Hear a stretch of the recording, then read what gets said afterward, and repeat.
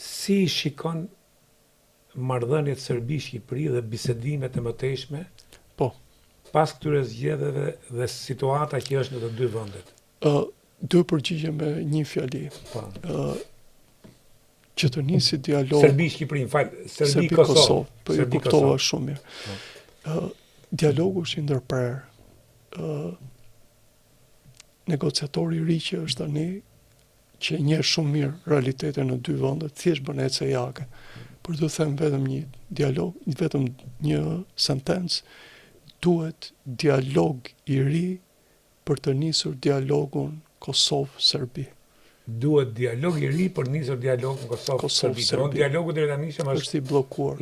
Duhet një dialog i ri që ta rinisi dialogun e madh. Ju mendoni se duhet ky dialog dhe duhet filloj një dialog me pozitivitet për të ndërtuar ura, se siç thash në fillim, serbët nuk do ikin kun, asnjë nuk do ikim kun. Po, kjo është. Pra, a mund të vazhdohet përjetësisht këtu? Zotë Malia, do të arrim të kuptojmë diçka. Në qoftë se do arrim të kuptojmë që edhe Kosova është e shenjtë për serbët, dhe së mos kosovarët, atëherë mund të ngrihet ajo që neve mendojmë, që do të thotë të dyja palët duhet të lëshojnë jashtëzakonisht. Po nuk arritëm ta kuptojmë dhe po nuk arritëm ne të edukojmë shqiptarët të themi, po Kosova ka peshë historike dhe religioni të madh. Unë thash Stefan Dushani ka qenë shekullin e 13, Sava ka qenë shekullin e 12. Tani, më fal, kanë objekte kulti, kanë kisha tjera, pa çka se ne themi që kemi kishat paleokristiane e tjera. Por, po nuk e bëm të qartë këtë, që dhe ata kanë peshë të madhe. Dhe pa u bindur Beogradi zyrtar që me politikën që bën, që ka të ndisën kosovarët ashtu, duhet të rinë larg Kosovës, duhet të lëm kultet e tyre të respektojnë, të mirëmbajnë çfarë të duan, por Kosovën si shtet duhet ta lënë të bëjë jetën e vet për shqiptarët, për serbët, për bosnjakët, për turqit dhe për romë. Kujtoja deklarata e Drašković që tha e kemi humbur Kosovën, takot vazhdojmë më. Drašković është, unë e njoh personalisht, është shkrimtar dhe shkrimtari i bën gjëra të tilla.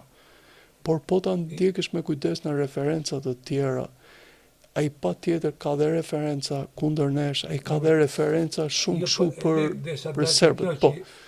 Është kjo ka një logjik njeriu, ka një arsye. Domethënë Kamaru e kanë humbur Kosovën serbët.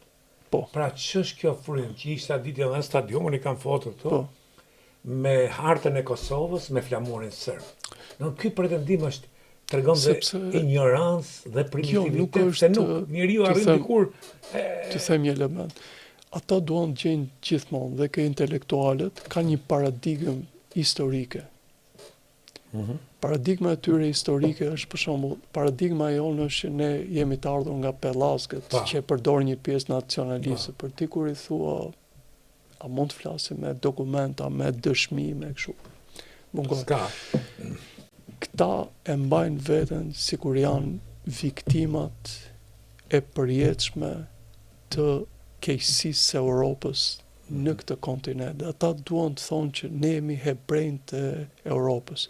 Parojnë që hebrejt kishin lidhje me Krishtin, kurse këta nuk kanë gjetur asnjë element ose asnjë individ që ta ngrenë në lartësi të tilla.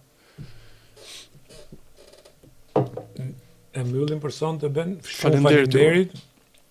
Gjithmonë është kënaqësi biseda me Ben Andonin, por siç thash në fillim të emisionit, tallavat e darkës në përbanaqe duan tallava dhe tallava e kanë bodhë këtë vend.